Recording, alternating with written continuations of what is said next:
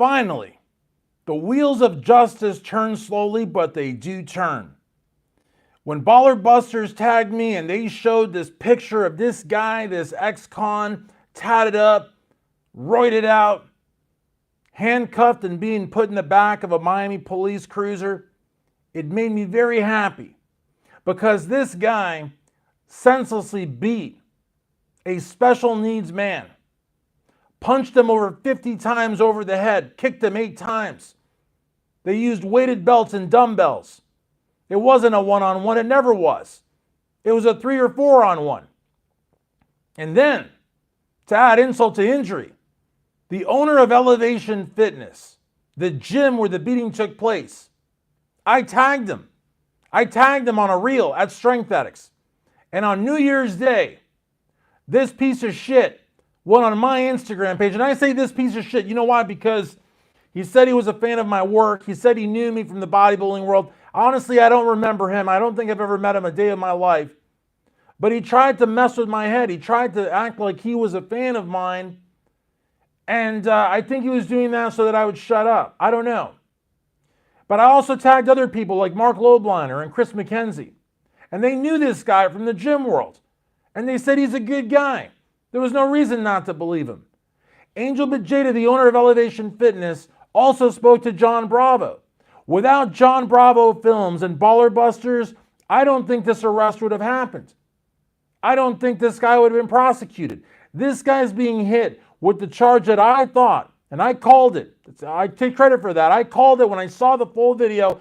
Thanks to John Bravo Films, I said, this guy's going to get hit with felony battery. And that's what he got hit with, felony battery. But I don't think that any of this would happen without the media pressure, because we live in a society right now where, unfortunately, if you're rich, you are above the law. It shouldn't be that way, but it is. And prosecutors are elected officials. And the last thing that prosecutors want to appear to be is soft on crime.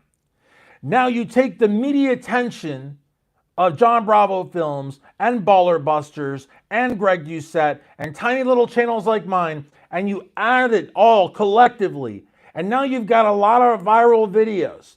John Bravo and Baller Busters both have shared transparently the number of hits that they're getting, and it's astronomical. And it's not because they're talking about, buzzwords or hashtags or sensational clips. It's because they're doing insanely good reporting. High production value. They're doing their homework, and they're gaining a truckload of fans as a result of it. Now, let me tell you something. When that weight starts to add on the shoulders of the Miami police brass, and it starts to add on the shoulders of the district attorney's office, that's when you start seeing results. Now, I can almost guarantee you that Wes Watson is going to hire a dream team. Expert witnesses, psychologists, video analysts, whatever.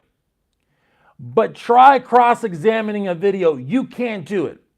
Try cross-examining a white guy with a shaved head who is an admitted shot caller in a Peckerwood white gang from California, hitting a guy who is black on his knees, and the N-word can be heard. Okay, listen, it may be a hate crime, it may not be. Whatever it is, it doesn't look good. And then for the owner of Elevation Fitness, this piece of shit, to come on Strength Addicts and lie to my face and say, oh, I'm a big fan of yours, I know your work. First of all, my man, I don't know who you are. Second of all, I don't think I've ever met you. And third of all, fuck you for trying to make me feel like I'm important so that I'll shut up. You totally tried to play me and it didn't work. But what got me is that you played people like Mark Lobliner and Chris McKenzie, people that are actually big shots in this industry, and they stuck their neck out for you, maybe because they met you at a gym sometime, or they maybe had a protein bar with you or something, but they really stuck their neck out and you lied through your teeth. Now, let me tell you something. Wes will probably plea deal, and he maybe will get off with a misdemeanor. I don't think so, though, because there's so much pressure on this, but he will get something on his record for this. There's no question about it. And when he admits to guilt, maybe for, I don't know, he's going to get sued. and Elevation Fitness is going to get sued. And this isn't going to stop now. And as I told John, and as I told Baller Busters, because I don't know who Baller Busters is, no one knows who they are, and I like that. I said, as long as the media keeps the pressure going, it's going to happen. He's going to get charged, and he did. He's going to get arrested, and he did. He's going to get prosecuted, and he will. It's going to happen because no prosecutor wants to appear to be soft on crime. And it's not just soft on crime. Wes Watson has made his money by being a gangbanger, a shot caller, a badass, a person calling anybody and everybody supposedly to fight him one-on-one, a fair fight at a gym. And the gym didn't tell him to stop until this happened. But it's not just that. The gym owner came out and tried to lie. And he didn't just lie on the Strength Addicts page. Because of the Strength Addicts page is how he linked up with John Bravo. He spoke to John on the phone, and John really knows, that was really high pitch, he really knows how to deal with these characters. And John psyched him out because John acted as if he was eating up everything he was telling him as the truth. Meanwhile, John was talking to the staff. He was talking to the witnesses. He found the victim, and he only put out selective parts of the conversation he had with Angel Bajeda for the world to know. John played the guy better than the guy played me, better than the guy played Mark, better than the guy played Chris. John played him like a fucking violin. And here's the thing. The guy's story had so many holes in it, it looked like a slice of Swiss cheese. Now, why he did that, I don't know. I still don't know if Wes Watson maybe owns a piece of that gym or if Wes Watson's got some dirt on that guy. I don't know. It doesn't make any sense. You own 4 or 5 top-notch gyms in South Florida in some of the most pristine, most high rental value areas. You have a who's who of clients. You've got Aston Martins and Bugattis and Lambos in the parking lot, and you're going to put it all on the line to tell a big old lie about Wes Watson beating a special needs man that's on video, no less? It doesn't make any sense. But hey, you can't cure stupid. The bottom line, though, is Wes is fucked. Okay, and if Wes gets convicted for a felony, who knows? Maybe he's part of the 3 strikes you're out. Maybe he'll have to do some prison time. Let me tell you something. I don't know where he is right now. I'm guessing he's in lockup, Miami-Dade lockup. There aren't a lot of white prison gang shot callers doing well there. He's probably walking around barefoot and doing somebody's laundry. The reality of the matter is he's got no juice in San Diego because he never goes back to San Diego. And I don't know what kind of juice he's got in the Miami-Dade pen. Ask PJ what that was like being in the Miami-Dade lockup. It isn't pretty. And for a guy that's tatted up like that, if they even smell white supremacist on his ass, he's screwed. He is screwed.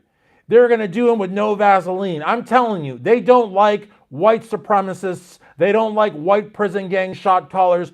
I would bet that the white population in there is probably like 1 in 20. And the rest are Cubans and black people and Haitians. So a white shot caller from Dago, tatted up as he is tatted up, is not going to do very well. And since he's so GP, he's not going to want to be in segregation. He's going to want to be there with everybody. You know what I mean? And when they find out that he's got Lambos, and you know they got phones in there, right? I mean, that's how he got started. He got started out on the phone while he was an inmate. They got phones in there. They know who he is. He's high profiling. He's styling and profiling. And maybe he'll be on his ass. Maybe he'll be on his back. I wouldn't get down for the soap, my man. Let me tell you something. I got to be honest with you. I really don't like this guy. I interacted with him a couple times when I was head of the Blackstone Labs Legion. PJ thought very highly of him. He wore a Blackstone Labs shirt, whatever. When he beat this guy up, I'm going to tell you something. It pissed me off. Not because the guy was 7 feet tall, and he isn't 7 feet tall, but to a 5'8" midget, maybe he is. But the reality of the matter is he's special needs. And as I told several people, I thought of 2 people when this happened. Number 1, I thought of Jason. And I had a flashback to when Rich Piana slapped him. And I really liked Rich.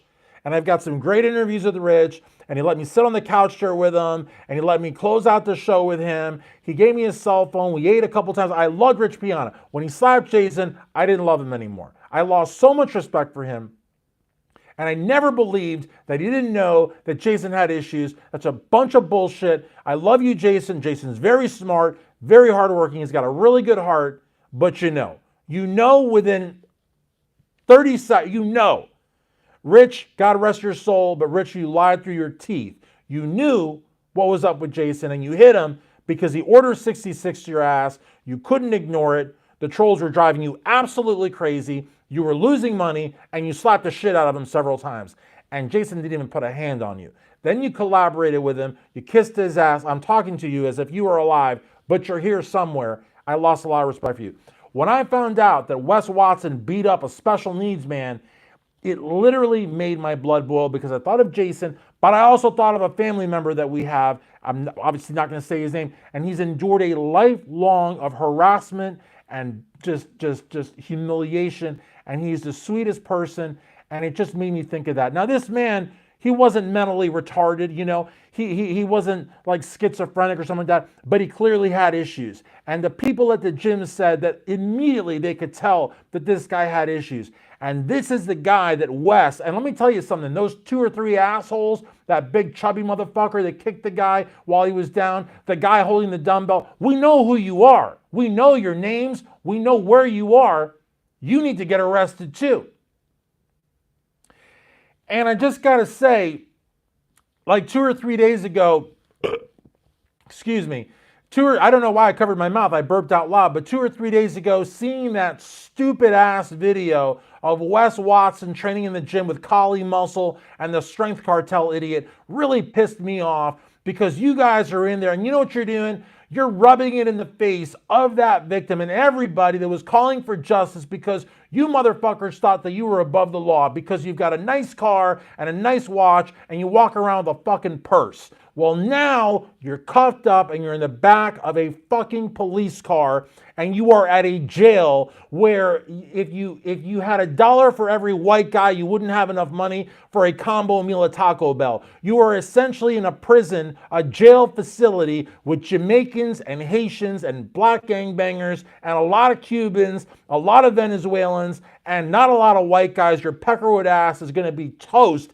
if they don't get you out of there within 12 hours. I'm seriously, there's going to be some balls slapping on ass cheeks if they don't get you out of there within 12 hours. They're going to make an example out of your ass, okay? You're going to be in a wig and high heels in 12 hours if they don't get you out of there. I'm just saying. You put white, shot collar, Peckerwood, all that stuff, you are asking to get your ass kicked. You are asking for it. And you beat up on a black guy, you are so fucked. They better get you out of there ASAP or they're going to have you in a wig and high heels within 24 hours. I'm telling you. You're not going to be able to walk, my man. You're going to walk around like you just got off a fucking camel. So I'm just saying, I hope all that gang shit works for you and all those little tattoos work for you. You're a 5'8" white guy in a jail in Miami. You are fucked. So in any event, I've cursed a lot. I hope that all of these things happen to you. I hate people that bully on special needs people. I also hate people that think they're above the law. And I also hate you. Thank you for watching. Take care. Look at that. 39 people watching, only 4 people liked it because people don't like me and I don't give a shit because I am so happy right now that this motherfucker got arrested. To the 3 assholes that joined him, I hope you guys get arrested too. And I hope that you don't get any kind of a free deal. I hope you don't get any kind of a plea deal. You're going to get a plea deal because prosecutors are lazy. The court system's backed up. People don't want to go to trial. But if you plea deal, you're going to have to plead guilty to something. And with your checkered past, you're going to be in a lot of trouble. And also elevation fitness. See, here's the thing. I don't really care if he has to pick up soda cans on the side of I-95 because if he pleads guilty, he is going to get sued. Elevation Fitness is going to get sued. You guys are going to pay, and you should. The Elevation Gym owner, you motherfucker coming on my page and lying through your teeth, you deserve to get sued. You deserve to get sued, and Wes is going to get sued, and we're going to find out how much money Wes actually has. Because for a guy that boasts about making $2 million a month, he's going to get taken to the cleaners.